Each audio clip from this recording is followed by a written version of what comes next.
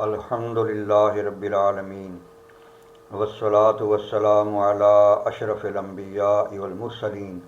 سیدنا و مولانا محمد وعلی آلہ وصحبہ اجمعین اما بعد قال اللہ تبارک و تعالی فی القرآن المجید والفرقان الحمید اعوذ باللہ من الشیطان الرجیم بسم اللہ الرحمن الرحیم والضحى واللیل اذا سجى ما ودعك ربك وما قلى وللآخرة خیر لك من الأولى ولسوف يعطيك ربك فترضى ألم يجدك يتيما فآوى ووجدك ضالا فهدى ووجدك عائلا فأغنى فأما اليتيم فلا تقهر وأما السائل فلا تنهر وأما بنعمة ربك فحدث صدق الله العظيم. وقال النبي صلى الله عليه وسلم أما بعد فإن خير الحديث كتاب الله وخير الهدي هدي محمد صلى الله عليه وسلم وشر الأمور محدثاتها وكل بدعة ضلالة وفي رواية كل بدعة في النار أو كما قال النبي صلى الله عليه وسلم. وقال النبي صلى الله عليه وسلم لا يؤمن أحدكم حتى أكون أحب إليه من والده وولده وفي رواية والناس أجمعين. صدق الله العظيم وصدق رسوله النبي الكريم ونحن على ذلك لمن الشاهدين والشاكرين والحمد لله رب العالمين. بزرگوں، دوستوں، بھائیوں، السلام علیکم ورحمۃ اللہ. آج کی اس تقریر میں حضرت صلی اللہ علیہ وسلم کی احادیث کا بیان ہے کہ حدیث کسے کہتے ہیں، ان کی تعریف کیا ہے، اور علاوہ ازیں مختلف اعمال کے بارے میں چند حدیثیں اس تقریر میں پیش کی گئی ہیں. اللہ تبارک و تعالیٰ سے دعا ہے کہ وہ ہمیں حضرت صلی اللہ علیہ وسلم کی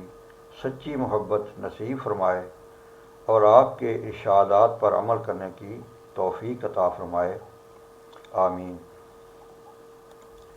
ارشاد باری تعالی ہے ما اتاکم الرسول فخذوہ وما نہاکم عنہ فانتہوا. صدق اللہ العظیم. فرمایا جو تمہیں اللہ تبارک و تعالیٰ کا رسول عطا فرمائے لے لو، اور جس چیز سے منع کرے اس سے رک جاؤ. لغت کی روح سے حدیث بات چیت، گفتگو اور نئی چیز کو کہتے ہیں، اور اصطلاحی معنوں میں حدیث کی تعریف یہ ہے کہ حدیث وہ ہے جو نبی اقدس صلی اللہ علیہ وسلم کی طرف منسوب ہو، یعنی جس میں آپ صلی اللہ علیہ وسلم کے اقوال و افعال اور تقریرات کا ذکر ہو. حدیث کی بہت سی قسمیں ہیں، یعنی حدیث مرفوع، حدیث موقوف اور حدیث مقطوع، حدیث متواتر، مشہور، عزیز، غریب، حدیث ضعیف، مدلس، معلق اور منقطع وغیرہ ہوں. ان کی تعریف اصول حدیث کی کتب میں دیکھی جا سکتی ہیں، صرف تھوڑی سی تشریح ان کے بارے میں بیان کی جائے گی. حدیث مرفوع وہ حدیث ہے جس کی سند حضرت صلی اللہ علیہ وسلم تک پہنچتی ہو، اور اس میں آپ کا قول، فعل یا آپ کی تقریر کا بیان ہو. اور تقریر سے یہاں مراد یہ ہے کہ کسی صحابی نے آپ صلی اللہ علیہ وسلم کے سامنے دین کا کوئی کام کیا اور آپ اسے دیکھ رہے تھے، مگر آپ صلی اللہ علیہ وسلم نے اس فعل میں کوئی غلطی نہیں نکالی، تو اس کا مطلب یہ ہے کہ وہ کام صحیح ہے اور اس کی آپ کی طرف سے اجازت ہے۔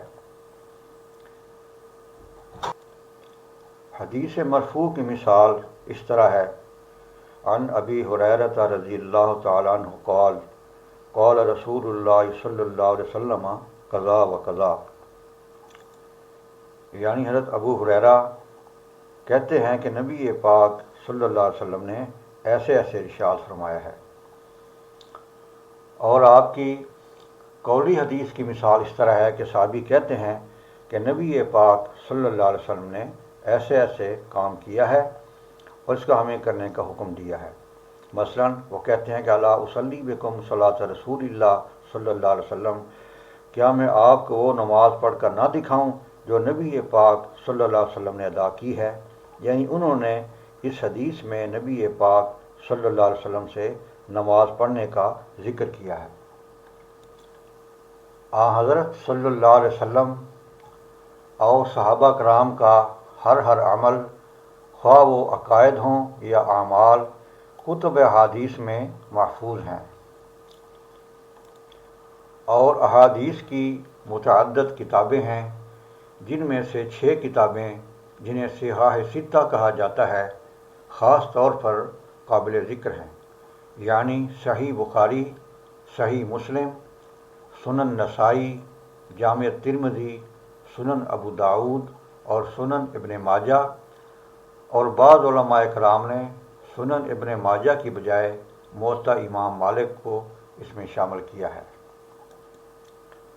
اب تبرکاً چند احادیث بیان کی جائیں گی۔ اللہ تبارک و تعالی ہمیں ان پر عمل کرنے کی توفیق عطا فرمائے۔ عن ابی ہریرہ رضی اللہ تعالی عنہ قال قال رسول اللہ صلی اللہ علیہ وسلم ان اللہ تعالی یقول یوم القیامت یا ابن آدم مرضت فلم تعدنی قال یا رب کیف اعودک وانت رب العالمین قال اما علمت ان عبدی فلانا مرض فلم تعده اما علمت انک لو عدته لوجدتنی عنده یا ابن آدم استطعمتک فلم تطعمنی قال یا رب کیف اطعمک وانت رب العالمین قال اما علمت انه استطعمک عبدی فلان فلم تطعمه اما علمت انک لو اطعمته لوجدت ذلك عندی یا ابن آدم استسقیتک فلم تسقنی قال یا رب کیف اسقیک وانت رب العالمین قال استسقاک عبدی فلان فلم تسقہ اما انک لو سقیتہ وجدت ذلك عندی او کما قال النبی صلی اللہ علیہ وسلم۔ یہ حدیث شریف صحیح مسلم میں موجود ہے۔ حضرت ابو ہریرہ رضی اللہ تعالیٰ عنہ سے روایت ہے، فرمایا نبی پاک صلی اللہ علیہ وسلم نے کہ اللہ تبارک و تعالیٰ روز قیامت ارشاد فرمائیں گے: اے ابن آدم، میں بیمار تھا، تو نے میری مزاج پرسی نہ کی۔ عرض کرے گا باری تعالیٰ، میں بھلا کیسے آپ کی مزاج پرسی کرتا؟ آپ تو رب العالمین ہیں، بیمار ہونے سے منزہ ہیں، بیمار ہونا تو مخلوق کی صفت ہے۔ اللہ تعالیٰ فرمائیں گے: کیا تمہیں معلوم نہیں کہ میرا فلاں بندہ بیمار تھا، تو نے اس کی مزاج پرسی نہیں کی؟ اگر تم اس کی عیادت کرتے، مزاج پرسی کرتے، تو اس کے اجر کو میرے پاس پاتے۔ پھر ارشاد ہوگا: اے ابن آدم، میں نے تم سے کھانا مانگا تھا مگر تم نے انکار کر دیا۔ بندہ کرے گا باری تعالیٰ، میں بھلا کیسے آپ کو کھانا کھلاتا؟ آپ تو خود رب العالمین ہیں، کائنات میں موجود لاتعداد مخلوقات کو اکیلے ہی کھانا کھلانے اور پالنے والے ہیں۔ اللہ تعالیٰ فرمائیں گے: کیا تمہیں معلوم نہیں کہ میرے فلاں بندہ نے تم سے کھانے کا سوال کیا تھا مگر تم نے انکار کر دیا؟ اگر تم اسے کھانا کھلا دیتے تو اس کے اجر کو میرے پاس پاتے۔ پھر ارشاد ہوگا: اے ابن آدم، میں پیاسا تھا اور میں نے تم سے پانی طلب کیا مگر تم نے پانی نہ پلایا۔ عرض کرے گا باری تعالیٰ، میں کیسے آپ کو پانی پلاتا؟ آپ تو رب العالمین ہیں، تمام انسانوں کو پانی پلانے والے ہیں، اور روئے زمین کے پانی کے خزانے آپ کے پاس ہیں۔ اللہ تعالیٰ فرمائیں گے، کیا تمہیں معلوم نہیں کہ میرا فلاں بندہ پیاسا تھا اور اس نے تم سے پانی طلب کیا تھا مگر تم نے نہ پلایا؟ اگر تم اس کو پانی پلا دیتے تو اس کے اجر کو میرے پاس پاتے۔ اس حدیث شریف سے ظاہر ہوتا ہے کہ اللہ تبارک و تعالیٰ روز محشر ایک ایسے شخص سے جو مریض کی عیادت نہیں کرتا تھا، بھوکے کو کھانا نہیں کھلاتا تھا اور پیاسے کو پانی نہیں پلاتا تھا، اس سے حساب لینے کا ایسا انداز اختیار کریں گے کہ جس سے شفقت بھی جھلکتی ہوگی اور عطاب کا اظہار بھی ہوگا، یعنی سائل کے سوال کو خود اپنا سوال ظاہر کر کے اس سے باز پرس فرمائیں گے۔ چونکہ مریض کی عادت بھوکے کو کھانا کھلانا اور پیاسے کو پانی پلانا اللہ تبارک و تعالیٰ کے احکامات ہیں، لہٰذا اس شخص نے ان پر عمل نہ کر کے گویا براہ راست اللہ تبارک و تعالیٰ کی نافرمانی کی اور اس سوال کو پورا نہیں کیا جو وہ بندوں سے چاہتے ہیں، اور وہ شخص سائل کے سوال کو اگر رد نہ کرتا تو اس کا اجر عظیم وہ اپنے رب کے ہاں موجود پاتا۔ اس حدیث شریف سے یہ سبق حاصل ہوتا ہے کہ ہم سائل کے سوال کو رد نہ کریں اور حسب توفیق اس کی مدد کریں، اور اگر بالفرض کسی وقت گنجائش نہ ہو تو نرمی سے جواب دے دیں۔ عن ابی ہریرہ رضی اللہ تعالیٰ عنہ قال قال رسول اللہ صلی اللہ علیہ وسلم اذا اذنب المؤمن كانت نقطة سوداء في قلبه فإن تاب واصلح سكر قلبه وإن زادت فذلك مران الذي ذكر الله تبارك وتعالى كلا بل ران على قلوبهم ما كانوا يكسبون۔ صدق اللہ العظیم۔ حضرت ابو ہریرہ رضی اللہ تعالیٰ عنہ سے روایت ہے، فرمایا نبی پاک صلی اللہ علیہ وسلم نے، جب مومن کسی گناہ کا ارتکاب کرتا ہے تو اس کی وجہ سے اس کے دل پر ایک سیاہ نقطہ لگ جاتا ہے، پھر اگر وہ توبہ کرتا ہے اور استغفار کرتا ہے اور اصلاح کی جانب مائل ہوتا ہے تو اس نقطہ کو رگڑ کر صاف کر دیا جاتا ہے، اور اگر وہ ایسا نہیں کرتا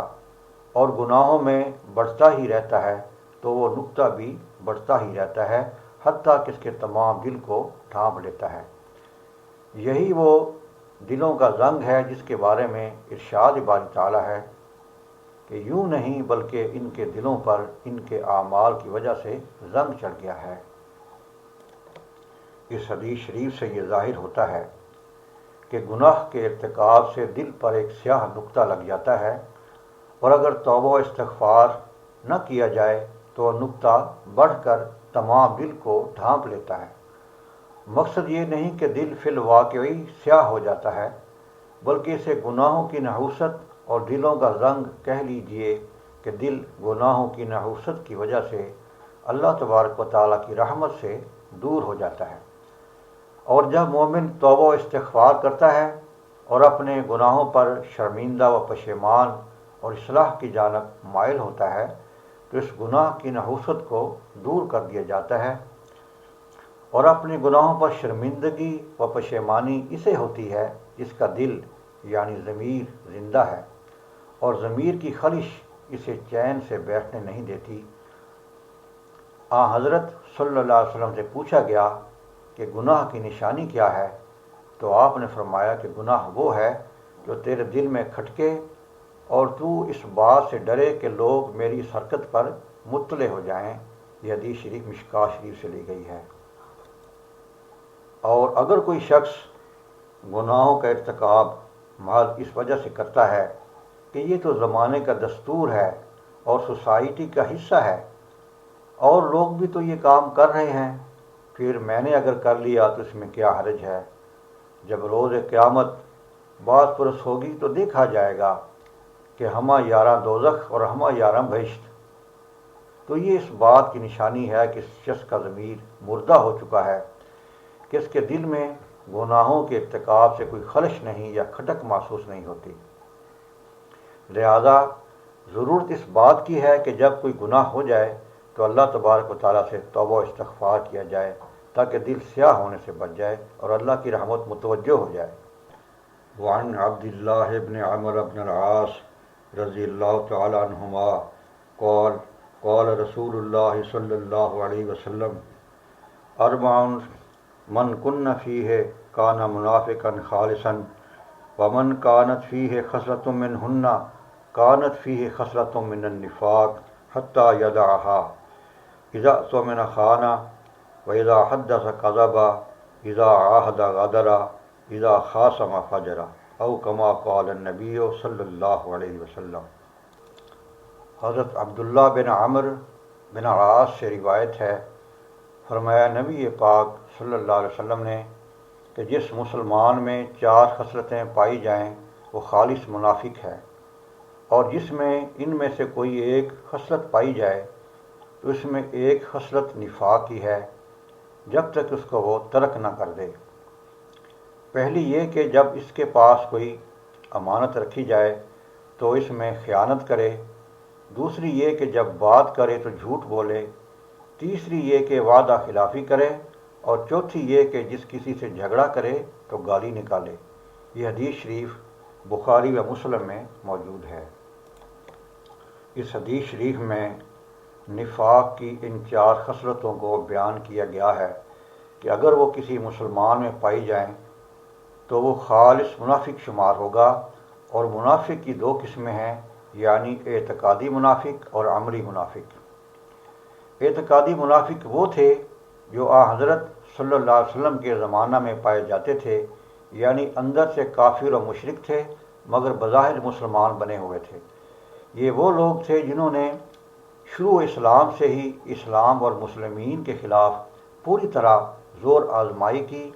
ہر طرح کی ریشہ دوانیاں کی، اور اسلام قبول کرنے والوں کو بے انتہا تکلیفیں پہنچائیں اور ان پر عرصہ حیات تنگ کر دیا، اور ظلم و ستم سے باز نہ آئے۔ اور جب مکہ فتح ہو گیا اور لوگ جوک در جوک اسلام میں داخل ہونے لگے تو انہیں یہ یقین ہو گیا کہ اب اس دین کو دنیا میں پھیلنے سے کوئی طاقت روک نہیں سکتی، تو انہوں نے باہم یہ فیصلہ کیا کہ اپنی جان و مال کو بچانے کا واحد راستہ یہ ہے کہ بظاہر اسلام قبول کر لو،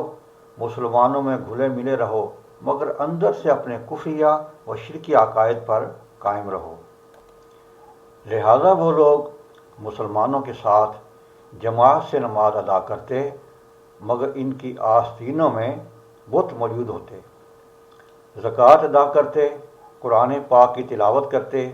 اور اسلام کے دیگر احکامات پر عمل بھی کرتے، مگر اندر سے اپنے کفریہ عقائد پر قائم تھے۔ علامہ اقبال نے ایسے ہی لوگوں کے بارے میں کہا تھا کہ اگرچہ بت ہیں جماعت کی آستینوں میں، مجھے ہے حکم اعظم لا الہ الا اللہ۔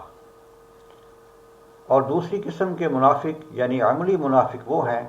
جو ہم مسلمانوں میں پائے جاتے ہیں، یعنی عذر عقیدہ مسلمان تو ہیں الحمدللہ، مگر خلاف شرع کاموں سے باز نہیں آتے، یعنی امانت میں خیانت کرنا، بات بات پر جھوٹ بولنا اور اسے اپنی سمجھداری اور ہوشیاری سے تعبیر کرنا،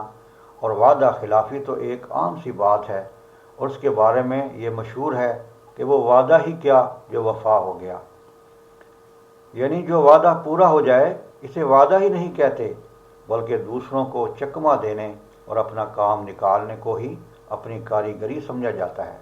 حالانکہ اس بارے میں فرمان الہی ہے کہ ان العہد کان مسئولا، کہ وعدہ کے بارے میں روز قیامت سوال کیا جائے گا۔ اسی طرح جھگڑا کرتے وقت گالی نکالنا بھی ایک عام سی بات ہے، بلکہ جھگڑا کی ابتدا ہی گالی سے ہوتی ہے، اور گالی نکالنا بعض لوگوں کا تکیہ کلام بھی ہے۔ بہرحال اس حدیث شریف میں نفاق کی 4 علامات کا ذکر ہے کہ جس مسلمان میں وہ پائی جائیں گی وہ خالص منافق ہوگا۔ اللہ تبارک و تعالیٰ سے دعا ہے کہ وہ ہمیں نفاق کی جملہ خصلتوں سے بچنے اور خالص اپنی رضا والے اعمال کرنے کی توفیق عطا فرمائے۔ وعن ابی امامہ رضی اللہ تعالی عنہ قال سئل رسول اللہ صلی اللہ علیہ وسلم ای الدعاء اسمع قال جوف اللیل الآخر و دبر صلوات المکتوبات او کما قال النبی صلی اللہ علیہ وسلم۔ حضرت ابو امامہ سے روایت ہے، کہتے ہیں کہ رسول اللہ صلی اللہ علیہ وسلم سے پوچھا گیا کہ کون سی دعا سب سے زیادہ سنی جاتی ہے، تو آپ صلی اللہ علیہ وسلم نے فرمایا کہ رات کے پچھلے پہر کی دعا اور فرض نمازوں کی ادائیگی کے بعد کی گئی دعا۔ اس حدیث شریف کو بیہقی نے روایت کیا ہے۔ اس حدیث شریف کا مقصد یہ ہے کہ وہ کون سے اوقات ہیں کہ جن میں مانگی گئی دعاؤں کو اللہ تبارک و تعالی توجہ سے سنتے ہیں اور قبول فرماتے ہیں۔ تو آپ کے فرمان کے مطابق فرض نمازوں کی ادائیگی کے اوقات، یعنی جب بندہ فرض نماز پڑھتا ہے اور دعا مانگتا ہے تو ان دعاؤں کو توجہ سے سنا جاتا ہے اور شرف قبولیت سے نوازا جاتا ہے۔ اور دوسرا وقت قبولیت دعا کا یعنی تہجد کے نماز کے بعد مانگی گئی دعا ہے، یعنی گھر والے سو رہے ہیں مگر یہ اللہ کا بندہ اٹھتا ہے، وضو کر کے مصلی پر آتا ہے، تہجد کے نوافل ادا کرتا ہے، اللہ کے حضور گڑ گڑاتا ہے، اپنی خطاؤں پر شرمندہ و نادم ہوتا ہے، آنکھوں سے آنسو بہنے لگتے ہیں، تو بندہ کی یہ حالت اللہ تبارک و تعالیٰ کو بہت پسند آتی ہے کہ موتی سمجھ کے شان کریمی نے چن لیے قطرے جو تھے میرے اڑ کے انفعال کے۔ ارشاد باری تعالیٰ ہے تتجافا جنوبہم عن المضاجع، یعنی وہ مسلمان اللہ تبارک و تعالیٰ کو بہت محبوب ہیں جن کے پہلو رات کی عبادت کے لیے اپنے بستروں سے جدا رہتے ہیں۔ تو تہجد کی نماز کی ادائیگی والا مومن اس آیت کا مصداق بنتا ہے۔ مقصد یہ نہیں کہ وہ تمام رات بستروں پر آتے ہی نہیں یا سوتے ہی نہیں، بلکہ حسب توفیق وہ رات کو جتنی بھی عبادت کر سکتے ہیں کرتے ہیں۔ اسلامی تعلیمات کے مطابق دعائیں تو اللہ تبارک و تعالی ہر آن اور ہر جگہ سنتے ہیں، اور اس کے لیے وقت اور جگہ کی کوئی قید نہیں۔ مسلمان جب بھی چاہے، جس وقت بھی چاہے، اپنے لیے یا اپنے عزیز و اقارب کے لیے دعا کر سکتا ہے، مگر خصوصی طور پر وہ دعائیں جو فرض نمازوں کی ادائیگی کے بعد مانگی جاتی ہیں قبول ہوتی ہیں، کیونکہ ہر مسلمان پر 5 وقت کی نماز ادا کرنا فرض ہے، اور جب وہ اللہ تبارک و تعالیٰ کے حکم کی تعمیل میں نماز ادا کرتا ہے تو اللہ تبارک و تعالیٰ اس سے خوش ہوتے ہیں۔ اللہ تبارک و تعالیٰ ہم سب کو فرض نمازوں کی ادائیگی اور تہجد کی نماز پڑھنے کی توفیق عطا فرمائے۔ وعن ابی ہریرہ رضی اللہ تعالی عنہ قال قال رسول اللہ صلی اللہ علیہ وسلم لو یعلم الناس ما فی النداء والصف الاول ثم لم یجدوا الا ان یستحموا علیہ لاستحموا ولو یعلمون ما فی التہجیر لاستبقوا الیہ ولو یعلمون ما فی العتمۃ والصبح لاتوہما ولو حبوا او کما قال النبی صلی اللہ علیہ وسلم۔ یہ حدیث شریف بخاری و مسلم میں موجود ہے۔ حضرت ابو ہریرہ سے روایت ہے، فرمایا نبی پاک صلی اللہ علیہ وسلم نے کہ اگر لوگوں کو یہ پتہ چل جاتا کہ اذان دینے اور پہلی صف میں بیٹھنے کا کتنا اجر و ثواب ہے تو وہ اس کے لیے قرعہ اندازی کرتے، اور اگر لوگوں کو یہ پتہ چل جاتا کہ اول وقت میں نماز ادا کرنے کا کتنا ثواب ہے تو وہ اس کے لیے جلدی کرتے، اور اگر لوگوں کو یہ پتہ چل جاتا کہ عشاء اور فجر کی نمازوں کی ادائیگی کے لیے مسجد میں آنے کا کتنا ثواب ہے تو انہیں حالت مرض میں سرین یا گھٹنوں کے بل چل کر بھی آنا پڑتا تو وہ ضرور آتے۔ اس حدیث شریف میں 3 باتیں بیان کی گئی ہیں۔ پہلی یہ کہ اذان دینے اور پہلی صف میں بیٹھنے کا اجر و ثواب اتنا زیادہ ہے کہ لوگ اس کے حصول کے لیے قرعہ اندازی کرتے، یعنی اگر اذان دینے والے ایک سے زیادہ ہیں تو وہ قرعہ اندازی سے اپنے میں سے کسی ایک کو منتخب کرتے۔ اسی طرح اگر مسجد کی پہلی صف میں مثلا 40 یا 50 آدمی بیٹھتے ہیں مگر بیٹھنے والے زیادہ ہیں تو وہ باہم قرعہ اندازی سے پہلی صف میں بیٹھنے والوں کا انتخاب کرتے۔ اور دوسری یہ کہ اول وقت میں نماز ادا کرنے کا ثواب، یعنی جب اذان ہو جائے تو آدمی نماز کی تیاری شروع کر دے اور دیگر دنیاوی کاموں کو ترک کر کے نماز کے لیے مسجد میں آ جائے۔ اور تیسری یہ کہ فجر و عشاء کی نمازوں کو مسجد میں ادا کرنے کا ثواب اتنا زیادہ ہے کہ صحت مند تو درکنار، مریض لوگ جو صحیح طور پر چل نہیں سکتے مگر سرین یا گھٹنوں پر گھسٹ کر بھی آ سکتے ہیں تو وہ ضرور آتے، مگر یہ حصول ثواب پر موقوف ہے، ورنہ مریض اپنے گھر میں ہی نماز ادا کر سکتا ہے۔ بہرحال اس حدیث شریف میں اذان دینے، پہلی صف میں بیٹھنے، اول وقت میں نماز پڑھنے اور نمازوں کی ادائیگی کے لیے مسجد میں آنے کے اجر و ثواب کو بیان کیا گیا ہے۔ اللہ تبارک و تعالیٰ سے دعا ہے کہ وہ ہمیں نبی پاک صلی اللہ علیہ وسلم کی جملہ احادیث پر عمل کرنے کی توفیق عطا فرمائے، خاتمہ ایمان پر فرمائے۔ وما علینا الا البلاغ المبین۔